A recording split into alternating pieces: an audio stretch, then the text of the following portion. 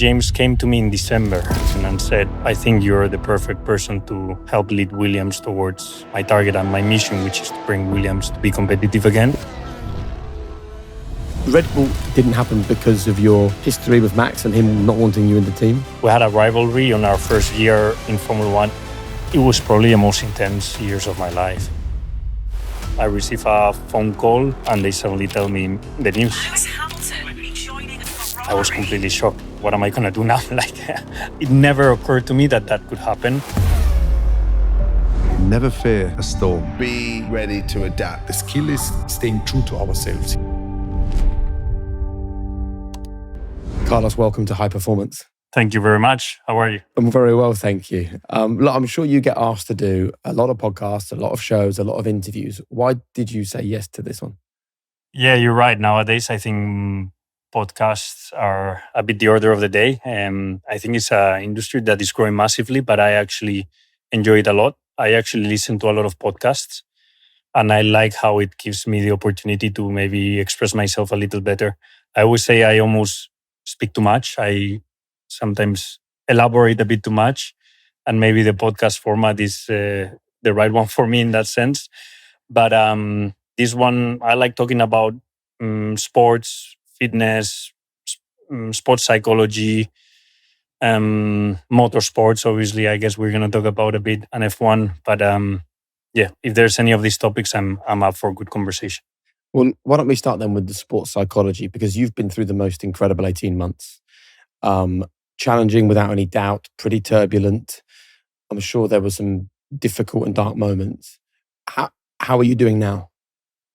I'm in a very happy place right now. I found in Williams, I found a race team and a family that is working towards, I think, a very challenging target, which is making Williams competitive again.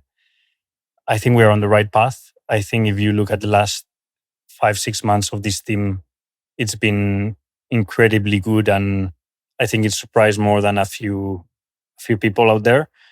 And that gives me the happiness, but also the tranquility that I've chosen well about my future. Because last year at this stage, I was still thinking about where I was going to be next year and how my life is going to turn out to be in my after Ferrari life. And had a few options in the table. It was a difficult moment, but if you would have told me a year ago that this is how life would turn out to be, I would actually be very happy. So do you think you're a better driver and a better person for what you've been through? I think so. I think for sure the most challenging moments of your life, like the one I had last year, they force your personality, they force your character, and they force you to take steps in one or the other directions. What I struggle sometimes is with decision making. It takes a lot of courage to take actually a decision, and sometimes you almost wait for life to start going one way or another, so life maybe guides you towards one place or the other. But there's points that there's like a checkpoint, that you say, okay, now I need to take a decision. And this is what happened to me last year, more or less at this time. It was time to make that decision. I had to take it. I took Williams as a decision, and a year later, I'm happy I took it. And yeah, I actually feel it's made me mature, because it was such a important moment of my life. Let's talk then about how you got to the point where you had to make a decision regarding Williams. Can we rewind to the moment you found out you were leaving Ferrari? Yes. So I think it was around end of January or February. I was in the middle of my training preparation for the 2024 season. I was hopeful that the Ferrari was going to be a competitive car. And I had done everything in December and January, obviously, to prepare myself for that season. Contract negotiations with Ferrari were a bit stalled in a weird way, because we were talking since October to renew my contract, and they kept postponing the point of signing and the point of coming to an agreement. But I never felt suspicious. I always felt like they're just busy with something else, and I never felt like it was not going to happen, because every feedback that I was getting was we're gonna continue for sure. This is just it's gonna take only a couple hours to agree to the economics side of things and the 2 or 3 things we need to agree on your future contract. But it's gonna be an easy contract, and we will do it very quickly." And I was like, okay, no worries. So I just went into the winter with that mentality of it will get sorted before race 1 of the 24 season. And suddenly in the middle of January, end of January, I receive a phone call and they suddenly tell me the news. I heard from a friend that called me, and I was completely shocked. No, and I was like, I went from believing I was going to be in Ferrari for a while, still more, to suddenly now I'm out of Ferrari. Lewis is replacing me, and now I need to. Yeah, what am I going to do now? It never occurred to me that could happen, and it was a bit shocking. But it took me a good week to accept it and to assimilate it. You never get too much of a reaction from me. I think, quite level-headed in that sense. But that gave me a bit of a kick, and I think it made me a better athlete, a better driver, and what came out of me in March, April, May was probably the best version of myself as a racing driver to date. So for people who are struggling in their own lives with other people's opinions of them, and it's derailing them, causing them problems, what did you do, or what was the mindset change that you went through, where you went from total shock that you've been released by Ferrari to, right, now I show you, here we go? For me, if there's nothing you can do, which at that point there was nothing I could do, it was done. There's no 1% of still convincing, or there was zero chance. The contract was signed, I was out. Next thing, what is the next possible thing that I can do? Which is look at different options, my next options. Obviously, I called everyone. If you have a 5-10% chance, I would still try and fight for it. But the moment you have zero chance, you need to move on, and you need to sit for your next option and try and prove yourself. Here's the truth. Your body is like an engine, and you need to keep it at its best day in, day out. I mean, think of it this way. You wouldn't fuel a racing car on cheap fuel. So why are you doing similar to your body? I take Heights Vitals. I take them every single day. They stop me feeling run down, sluggish. I used to have brain fog. Not anymore. 2 small capsules. These act as my premium grade fuel. I'm keeping with the racing metaphor. So Vitals are a blend of vitamins, nutrients, minerals, omega-3, all the Bs, basically everything you need to perform at your best. So if you're looking for something that keeps you in the driving seat with your nutrition, your brain and body health, then this is it. Taken by athletes, Olympians, and even some well-known racing drivers. This stuff works. So if you're looking to fuel right this year, go to heights.com/Jake or enter the code HP20 at checkout for 20% off your first order and start your journey today. And you scored the most points you've ever scored in a Formula One season last season. 9 podiums, 2 wins. I don't know the stats. Those are, I think they're right. Thank you for the stats. I just know I started the season very strong in Bahrain. I made a podium in the first race. A track where I'm never stellar, but I did a good race, a few overtakes, podium. And I went to Jeddah. And then my appendix decided it was the right time in my career to show up. And the appendix infection show up. I had to miss that race. And are you thinking at that point, hold on, I need all the races I can get now to show the world what I can do?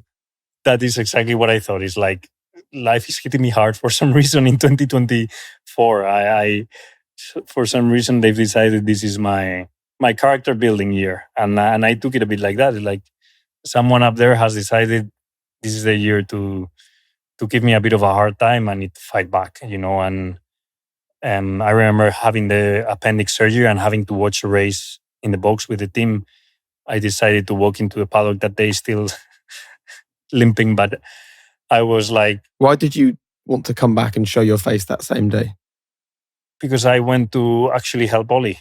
I went to a race to sit down with my engineers and help Ollie to try and help the team. And I said, you guys decided I cannot continue with this team, but I'm sure I'm going to show you my worth apart from just driving fast cars, and driving as fast as I can. And I said, what can I do? And I actually went to the paddock that day and say, I'm going to use this as an opportunity to see how my engineers communicate with Oli, what kind of screens they're seeing, how are they saying things. And I'm actually going to be a third engineer for them to maybe learn what, if I was Oli in the car, what kind of information I would need to get in this exact moment. And I remember sitting next to Ricardo Adami and Ricardo Corter and Callum, my 3 engineers, and telling them, if this was me, I would need you to tell me this breaking point. I would need you to tell me this about strategy, this. And I used this as an opportunity to become better. And it was actually a very interesting experience, but also to show to Ferrari, look, like, this is also what I do. And come to the paddock, help the team, even if I know I'm not going to be here next year. See, I think sometimes when life is going really well, it's so easy to take it for granted, right? The fact you'd had something big snatched away from you, it almost sounds to me like it had left you thinking, do you know what? I'm going to show you how professional I am, how thoughtful I am, how hardworking I am, how talented I am.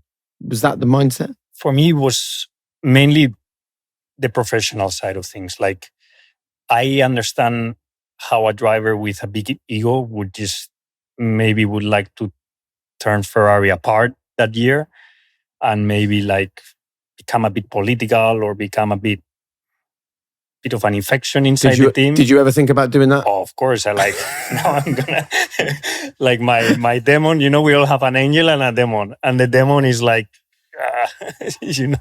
there's so many things I would like to say now or do or change.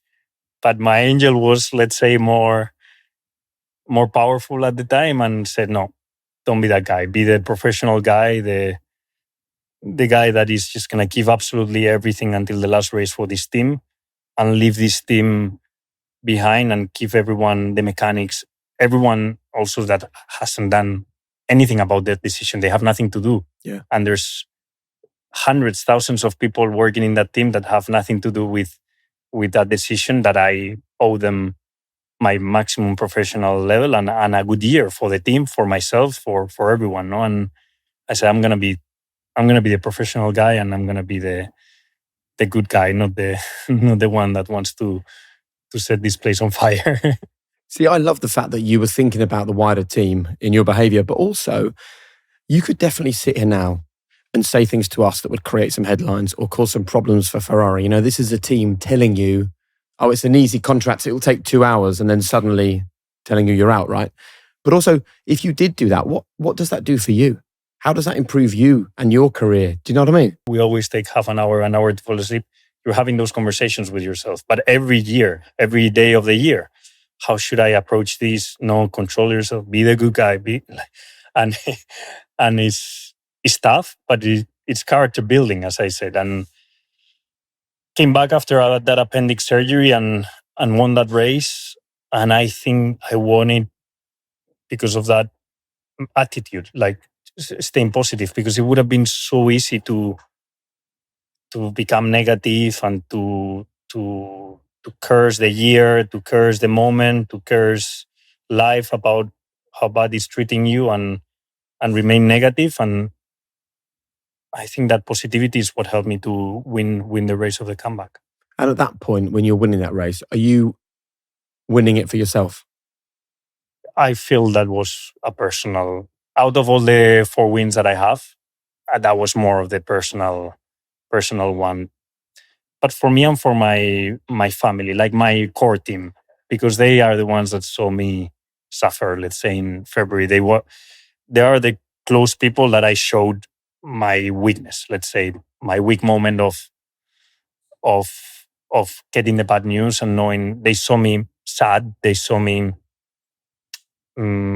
disappointed, frustrated, and they also saw me the recovery and the success, and they are the ones that helped me through that process of reflection, through taking those right decisions, and especially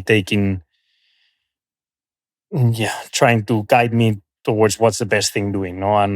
And when we came back from the appendix surgery and the recovery, my dad helped me a lot in that with doing all the right steps to recover as quick as possible as an athlete.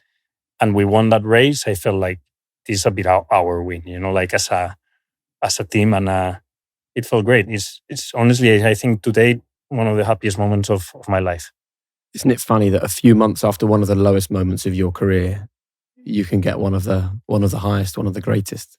It is, but I think what made that moment great was also the appendix low, because you can be down here. Then I was up here with the podium of Bahrain. I said, okay, now I'm P3 in the championship, getting my season started. I feel great with the car. I had really good testing. I knew what to do with the setup, with my driving, with my engineers. But then life hits you again and you say, am I going to recover from this? Like, how am I going to be in Australia? Am I going to be feel again? And when I come back to the car, am I going to be competitive like I used to be before the surgery? You are full of doubts. But then come back and straight win is like a massive high again, no? So it's like, yeah, it's life. Honestly, life doesn't stop to amaze me in how much it can change, and it helps me now to see things with a bit more philosophy and apply a bit more calm to things. Let's talk then about what else was going on whilst you were winning these races, suffering with your appendix. You were also looking for a new team at that time. So was your approach to allow the people around you to have those conversations, or did you want to be part of the discussions with a new team from the very beginning? I was part of all the discussions until the Wednesday before the Grand Prix. And I said, on Wednesday, leave me alone. And until Sunday, we don't talk about contracts and teams and future until the Sunday after the race, or the Monday when I come back to Monaco. I call you and you tell me what happened in the paddock during those 4 days. So applying a bit that philosophy, I think it helped me keep relatively good focus during the race weekends.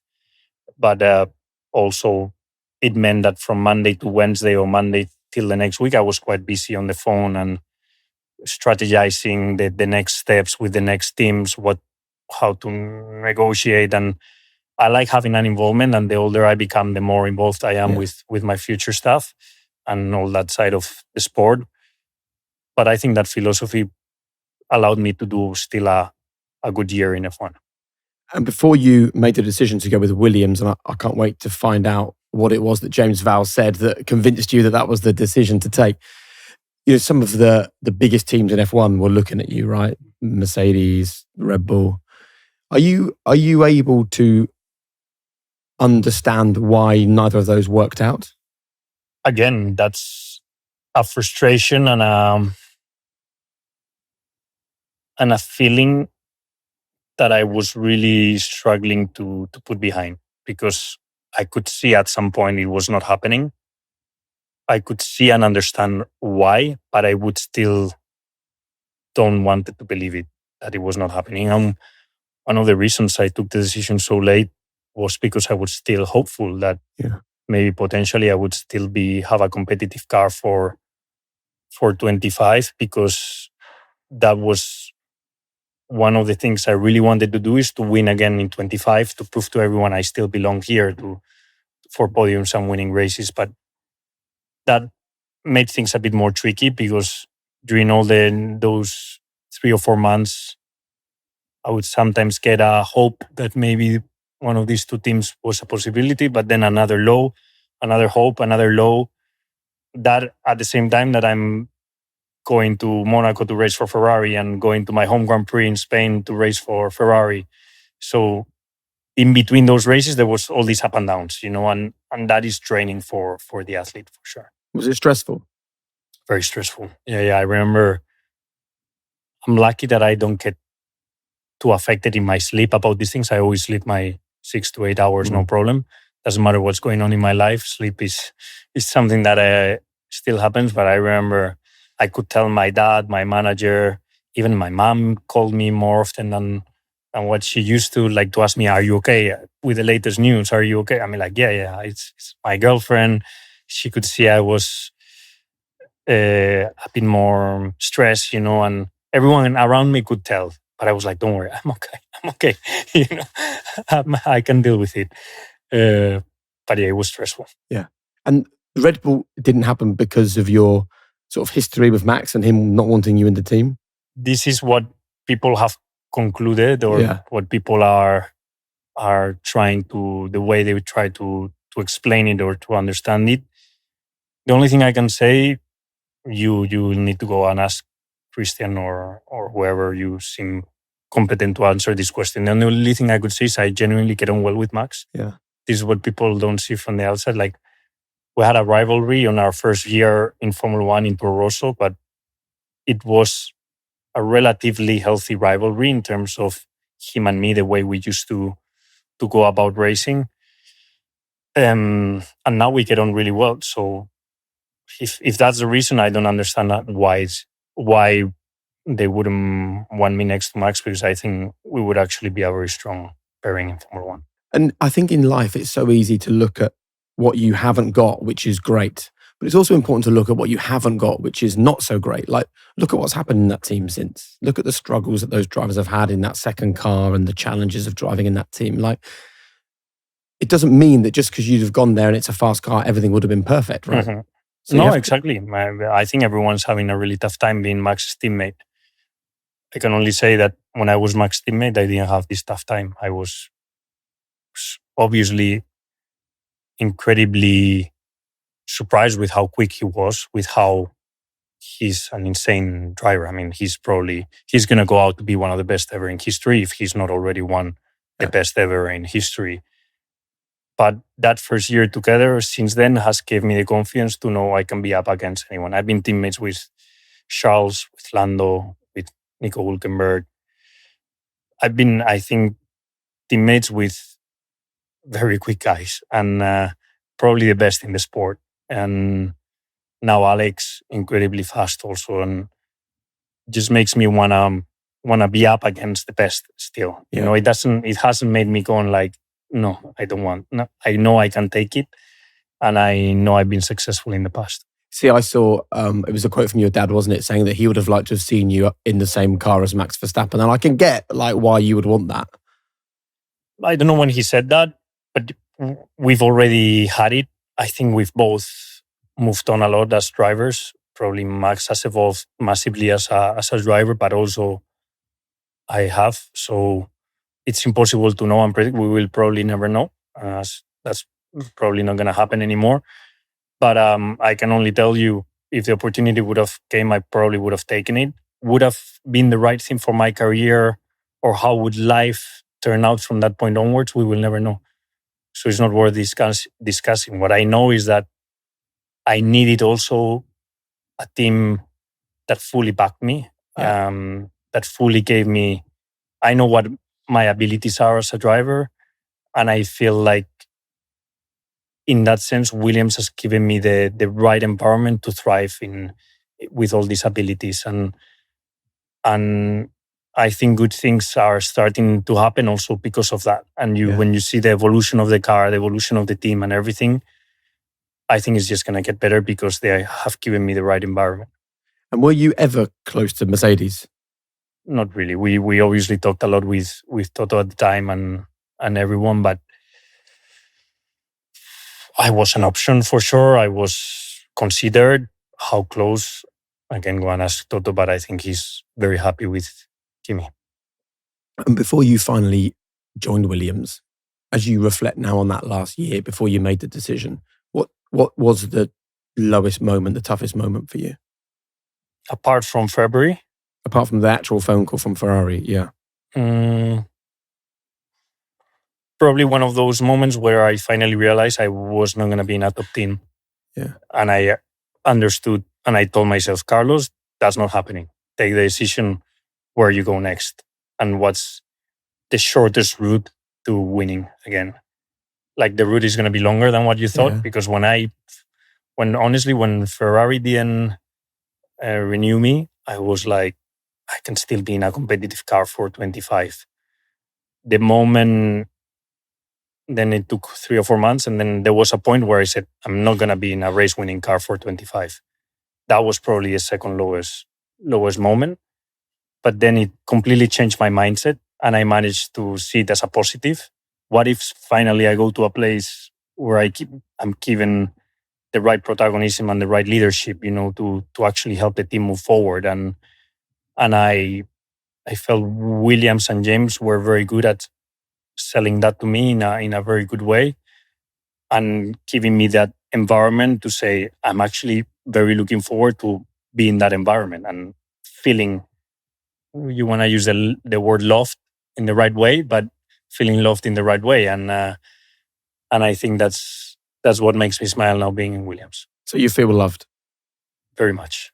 I love that. I think every athlete, to thrive, they need to be in a team where they feel loved in a way, or they feel everyone is behind them, no? And when you see Lewis with Mercedes, you see Max with Red Bull, Charles with Ferrari, Sebastian in Red Bull, all the big success stories, you are in an environment where everyone is 100% fully flat out behind you. And I feel like in Williams, we've managed to achieve a situation where both Alex and myself, we are all one as a team pushing forward. And I think this is very powerful. And I think that's normally where success happens in Formula One. I think it was probably also a year that really showed you how political sport can become, right? F1, mainly. Okay. I don't think there's any other sport that is as political as F1. Football. Football can be political, but nowhere near as Formula One. Formula One, there's, for some reason, a level of politics that I don't understand. It's the one thing of the sport that I hate. So there are so many fans that love F1. They love the racing. They love the wheel-to-wheel. They love the drivers. They love the characters. When you talk about politics, what kinds of things are you talking about? What makes sense for a team to have in the two seats might not be the right thing for the team.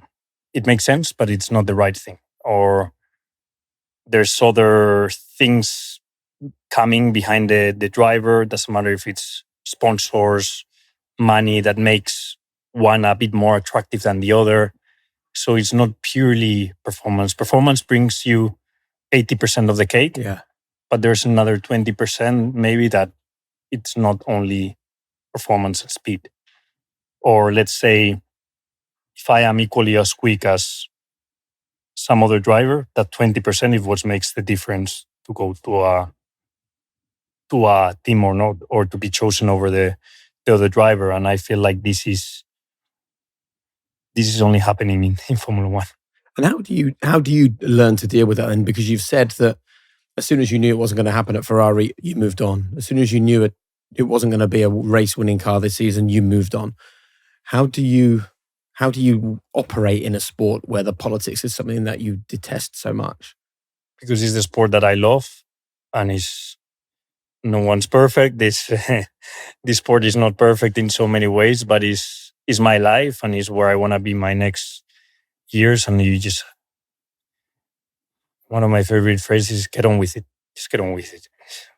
Who cares? I think just get on with it. Just there's things like you just get on with it. Like don't dwell too much on it. Don't get depressed by it. Just get on with it, and next thing or next target. There's a lovely Latin phrase, amor fati, which means I didn't know it. Accept your fate. Yeah. This is what's coming, and there's nothing I can do about it. So I accept my fate. But I think what it does do, though, is it informs you about the decision that you need to make next. So I'm guessing from what you've said, you didn't want to join a team that was political. You wanted to join a team where you felt like you had equal status with the other driver. You felt like you were joining a team that weren't just using you to fill a gap. They genuinely wanted you. So what did James Vowles say, or what did you see at Williams that made you realise that this could be your home?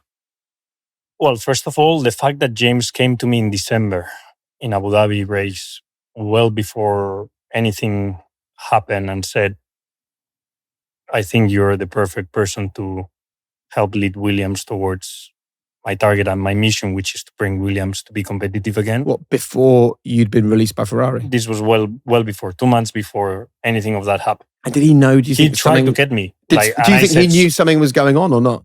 No, not at all. Really? He knew I was out of contract at the end of that year.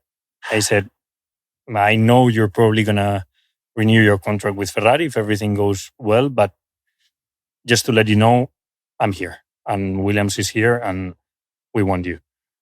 And that gave me already a good impression. Obviously, he's seen in me things that maybe the others are not seeing or are not ended up seeing, or he's looking maybe at more detail. And what did he see? You're going to have to be modest here and tell us about your talent. I think what he saw, he's very analytical and quite statistical, no? And I don't like talking about myself, but I think you're on the wrong show. In social media, there's a lot of this Carlos Sainz effect, which every team that I've gone to, every team has improved quite a lot, quite significantly, I must say. It's actually a stat that I didn't know, but I feel quite proud of.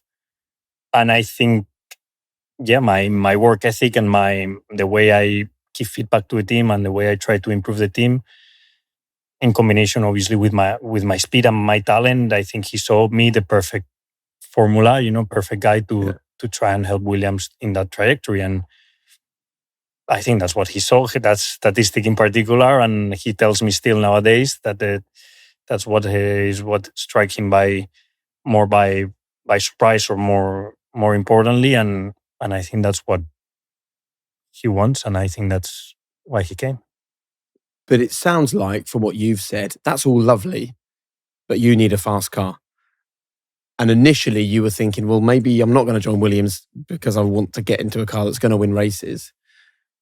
So once you knew you weren't, what about Williams and their setup and their leadership? Some specific things that you saw and you thought, we're on the right track. We can win in this car. Well, for me, first of all, the number one thing we already talked about is the team environment. The second is the speed of the car. I saw, given they were a bit overweight, given the results and everything, I said, this car is not too bad. This car can be already that year quite competitive. And obviously, talking with James at the time, it was they had a big upgrade coming for the second half of the season, and he gave me some numbers about the 2025 car that I was like, I think that those are good numbers. But more importantly, more than this, for me, it was the feeling of seeing that they have a very strong leader with James and the first people below him. People that are incredibly motivated, people that are incredibly driven in trying to help Williams come back to a top. And I always use this example. I remember when I left McLaren in 2020 to go to Ferrari, I left that team feeling this team is going to win at some point. Andrea Stella, Zach Brown, Pete Prodromo, it's all names that when I left McLaren, I said, if I could take them with me to my next team, I would take them with me because they are leaders. Everyone in the team is behind them. Everyone in the team likes them. And these people are going to win championships. I don't know if it's going to take them 2 years, 3 years, 4 years, but this team is getting there. 4 years later, McLaren won in 2024. And I remember, and it was a championship winning car when I took the decision. And I remember telling to myself,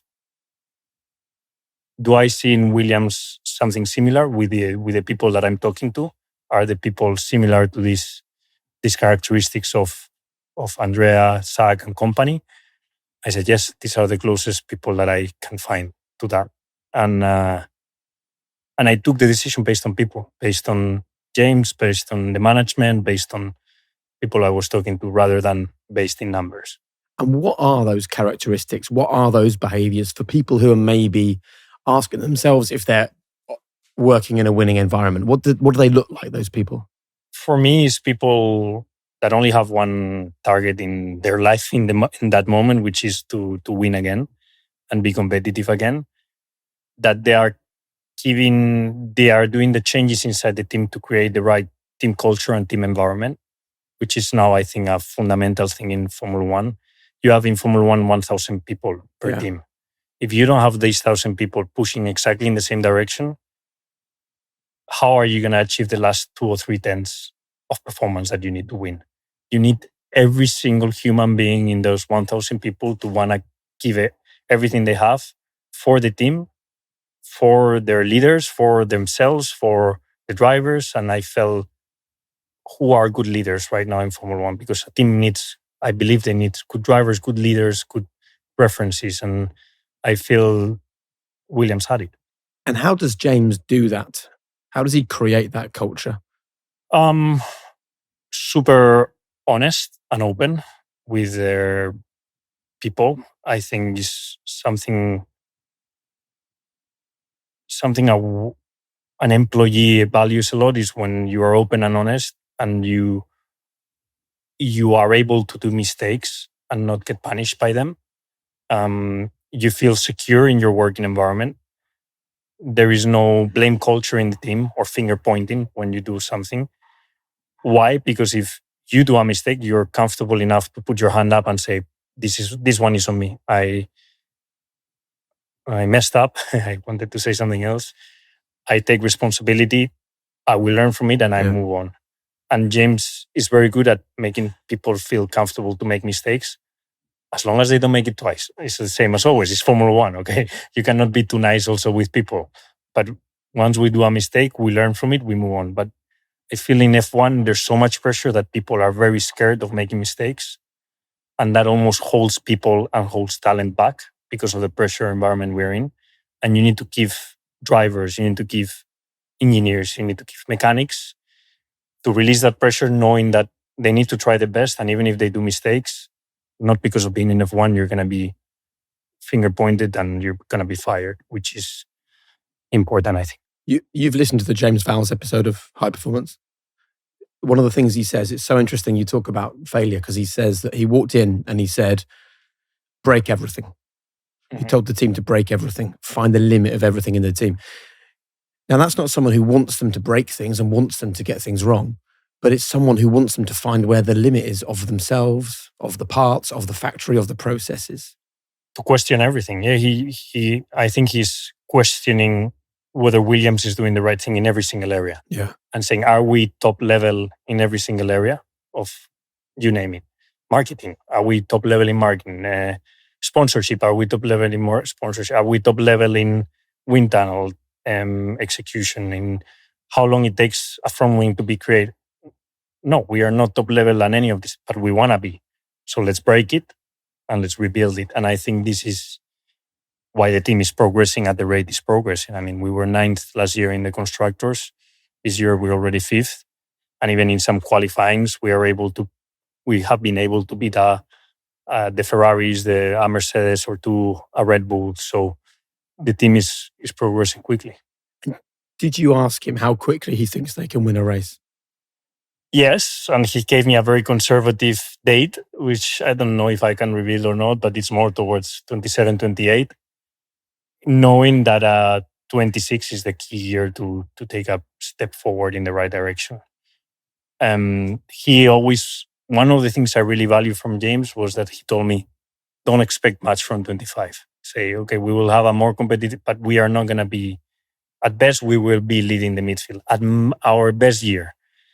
And this was super honest, because he was like, for me, that I wanted to go to a top 10, that someone comes and say, look, I'm going to be, at best, we are leading the midfield in 25. I was like, at least he's telling me the truth. He's being open and honest, and I really value that. Well, you've just left a team that were telling you one thing and did something different, right? So you probably at that point just wanted honesty from your leader. Yeah. Like, even if it's bad news, tell me it's bad news. Don't tell me it's good news and then it's bad news. Yeah. So would you agree with 27, 28? Or from what you've seen, do you think it can be 26? I believe it. I'll leave it there. That seems soon. Obviously, you can't win a race unless your driver is flying. So I'd love to know the secret to going into a team and putting your mark on a team fast. Like, what was the first thing that you said on the day that you were unveiled at the factory to your mechanics, your engineers, and your team? One of the first things I said is that I needed every single individual to give the absolute maximum. I said, how many qualifyings are we going to be out qualified by 5,000s, 10,000s? Yeah. Like this year already, I think there's been a few qualies where 20,000s would have made you go through Q1, or 1/10 would have made you been, instead of P9, P6.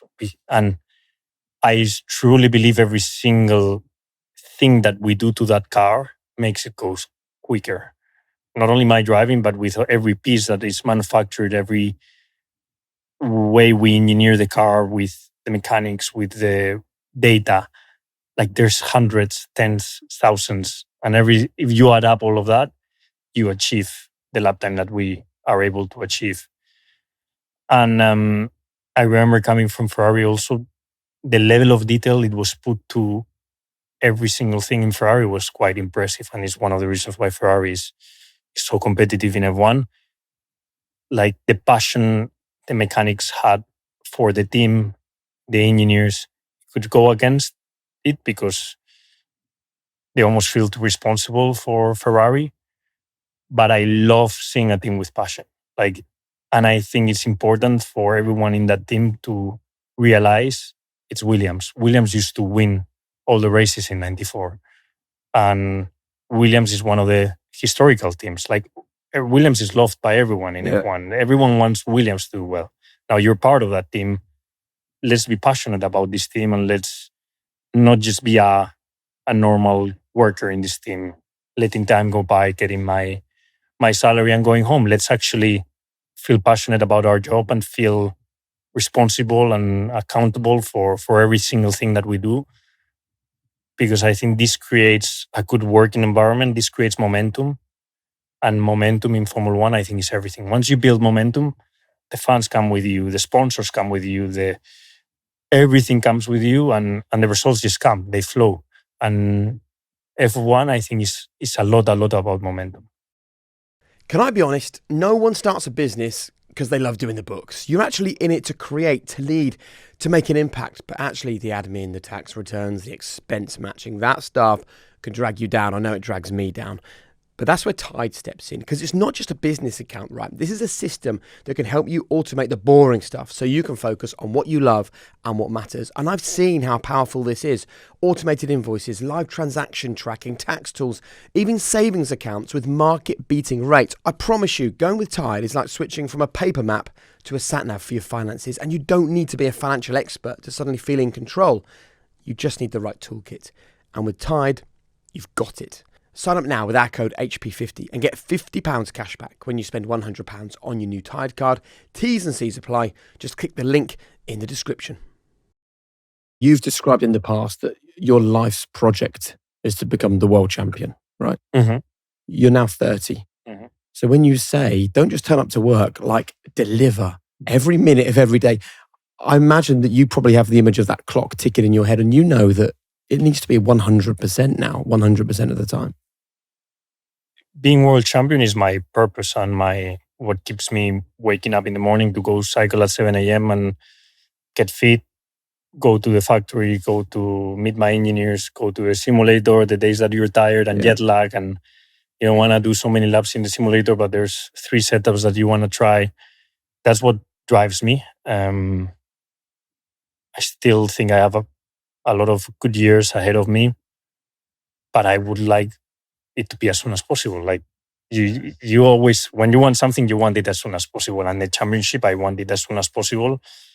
And it's not like, even if I had a 6-year contract with Williams, it's not like I'm happy achieving it on the 6th year. No, the earlier I achieve a win, a podium with Williams, the better. And I just want to be competitive with this team as soon as possible.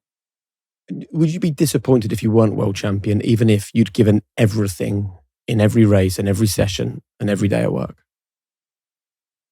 I think the disappointment would come if I knew I've had a championship winning car and I haven't won. That you could be disappointed, because you had everything in place to win.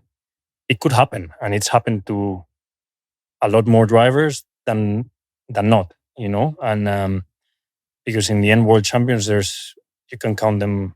There are not many, and to be one of them, it must be incredibly difficult.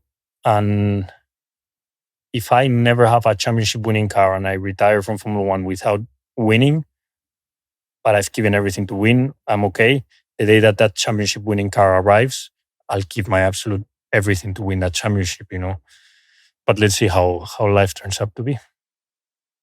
Let's talk about your new teammate at Williams, Alex Albon. How does one driver who's joining a team let the other driver know that they're on their way? Do you ping them a text before the news breaks? I think so. I think I talked with Alex just before the news broke. I cannot remember, but I already knew Alex. I had talked with him in the paddock. I remember a few times, like, are you coming or not? And I was like, probably, I think so. We always have those kind of conversations in the driver's parade or events that we do with F1. So that's what you talk about on the driver's parade. I've always wondered. Yeah, sometimes. If it's silly season, we talk a bit about silly season. And I think everyone at the time was asking me, where are you going? What are you going to do? And I must have talked with him about it. So you're basically like all the other Formula One fans around the world. You're just talking about which driver is going where during silly season. A little bit, yeah. And then you go and talk about the other weekend or the other race or how quali went. But sometimes you do talk about silly season. And there are some teams, and we both know who the drivers are and who the teams are, where the drivers need to be at loggerheads with each other to get the best out of themselves, right? They need that friction. I get the impression that you and Alex are not like that. And actually, to get the best out of each other, it's a really great relationship, if I got that right. It is, but don't underestimate that even Alex and myself, when we put the helmet on, we want to beat each other as much as any other teammate in the grid. It's just when we take our helmets off, we sit on that meeting and we give feedback about the car. We manage, I think, a good thing that we managed to do is leave the ego aside, leave your personal interest aside and say, how do we make this car quicker as soon as possible? Again, it's everything as soon as possible, no? And for that, I'm more honest than I would be with him or other teammates about what I feel on the car. And he's more honest with me of probably the past of the car and why the car has ended up at this point. And by sharing these things, me with previous experiences of other team and him sharing his previous experience with that car, I think we are able to take conclusions and say, okay, this is happening because of this. So let's tell the team this so they can improve it. And I think it's working really well because on track, we still are as competitive as any other drivers on the grid and we want to beat each other and all the other 19 drivers. But out of the car, honestly, we are very honest and the most open we've been with any other teammate, I think. Is that right? I think so. I think we're both at a level of maturity where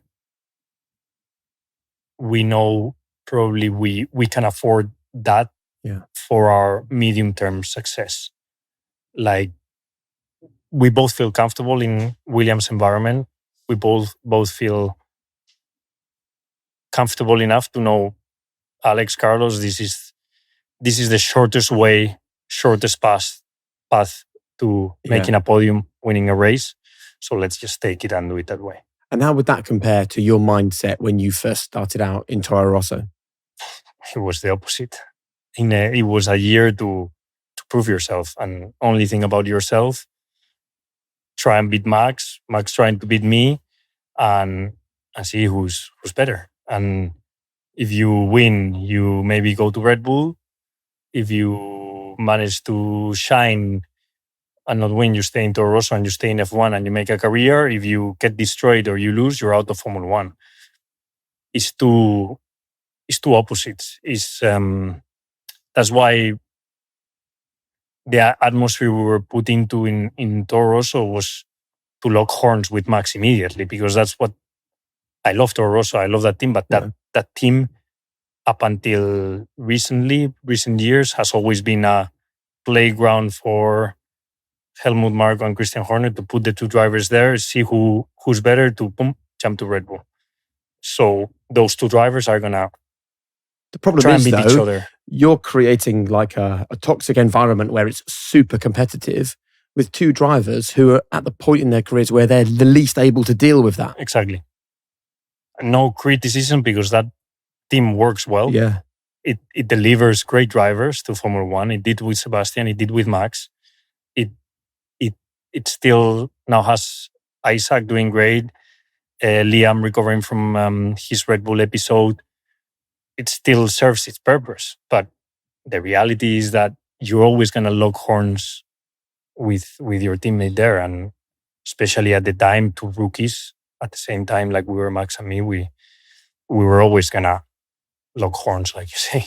And what was that mentally challenging for you? It was probably the most intense years of my life. Yeah, for sure. Like I remember so many things of that year that was so intense. So we also had the mental energy at 19. I was 20 at the time. I think Max was 16, 17. We had the mental energy to deal with that level of intensity. But I remember not like the level of pressure, the level of detail we were looking at things, and every session, every FP1, we were going for it like crazy. Like for me, FP1 was qualifying already. I wanted to beat in every FP1, in every FP2, in every FP3. I remember we were both really quick on the wet, and we both had the fame be very good on the wet in previous categories. So it was like, okay, let's see who's quicker in wet in Formula One. And FP1 in Suzuka, full wet, go out in intermediate tires, aquaplaning like crazy, just to try and show that in the first wet session of my life in Formula One, without knowing the track, I was quicker than Max and vice versa. He was quicker than me. So we were always trying to show each other. I remember I did P1 in Suzuka in FP1 on my first ever session in the wet in F1 because I took the risks that I shouldn't have taken. I remember leading a session with Toro Rosso in 2015 in wet, and that being one of the highlights of my year. Now I'm thinking about FP1s. I'm like, build it up, you know. That sounds exhausting. It was honestly exhausting. Man. But it was nice because it's exactly what builds you. Like that has built. Yeah. Like that level of competitiveness, that level of pressure, it builds you. And I wouldn't change it. I would still do it all over again. I think it did me a lot of good things. So maybe it's too early to answer this question. But if I could rewind the clock 12 months and you don't have any of the learnings and the lessons that you've got, and you stay at Ferrari, or you take your life as it is today, what choice would you take? Repeat the question. So I am in Ferrari. Rewind a year. Yeah. And you've got two choices. You have the year you've just had, including all the lessons, all the learnings, all the growth, seeing Formula One for whatever really I is. have now. Like I would repeat it all over again. I wouldn't change.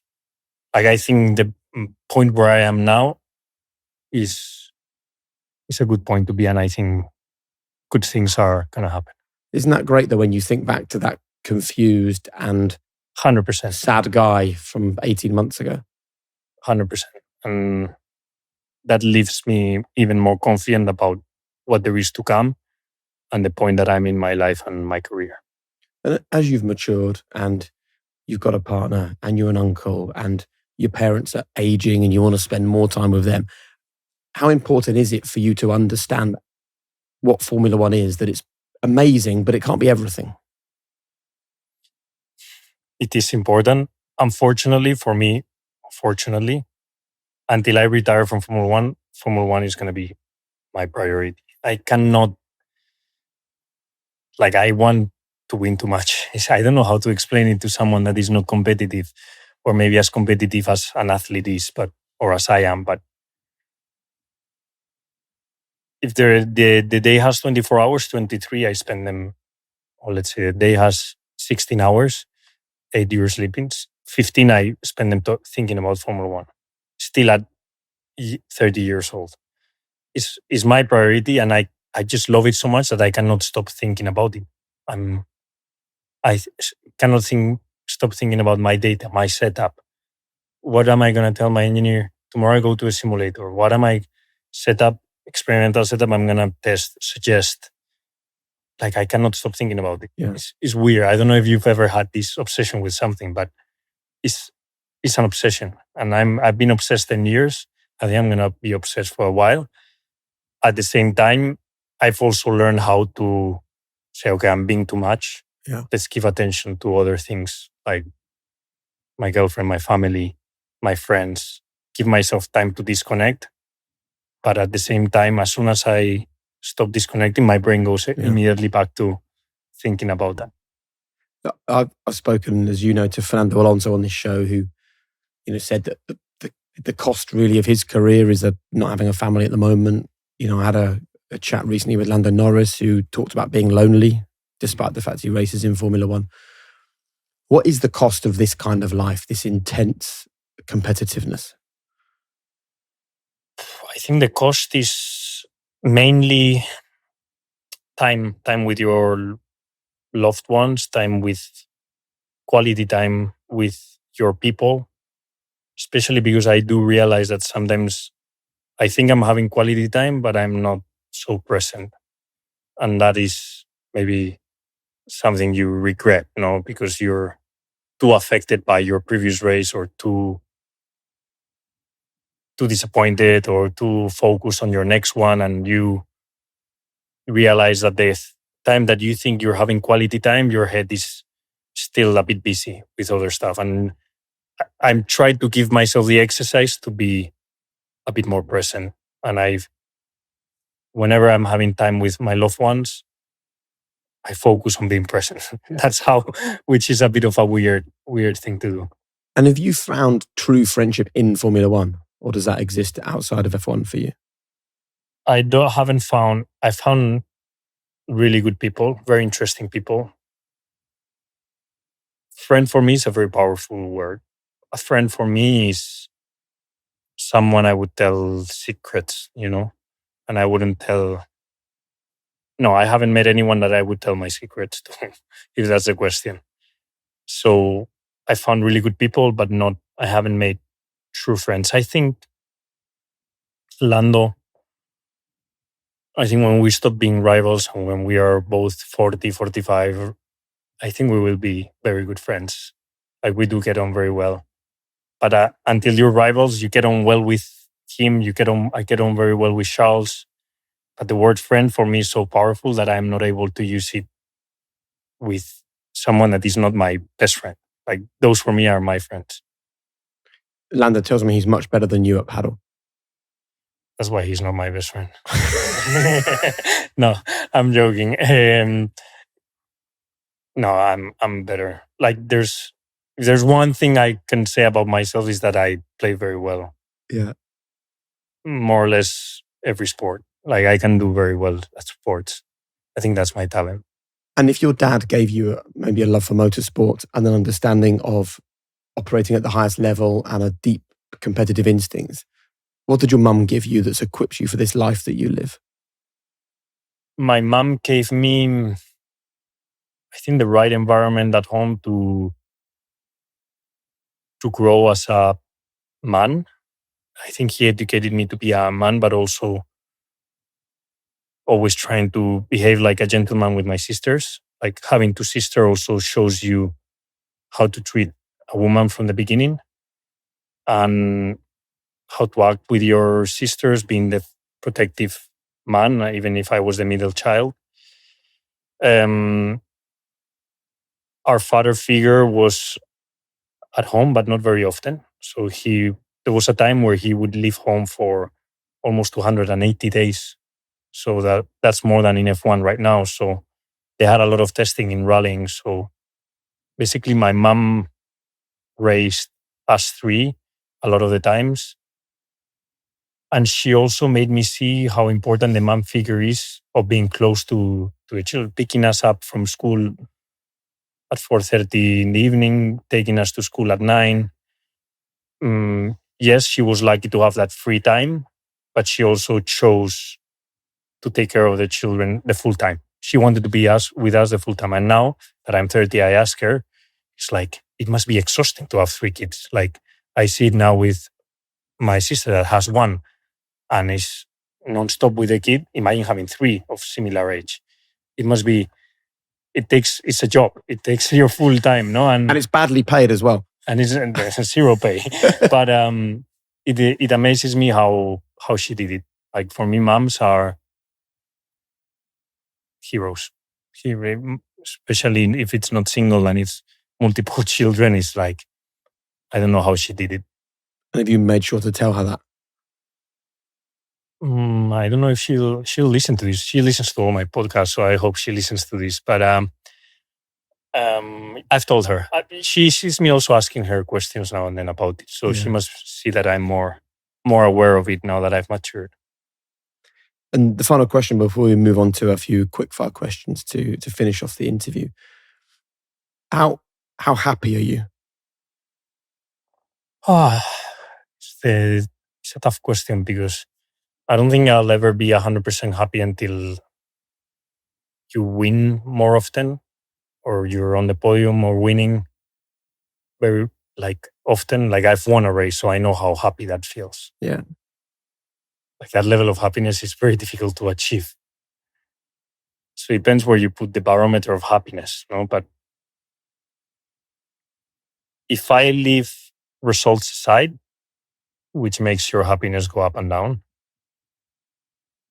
I think I live a very happy life and I cannot complain about anything. I have everything I've ever dreamed of.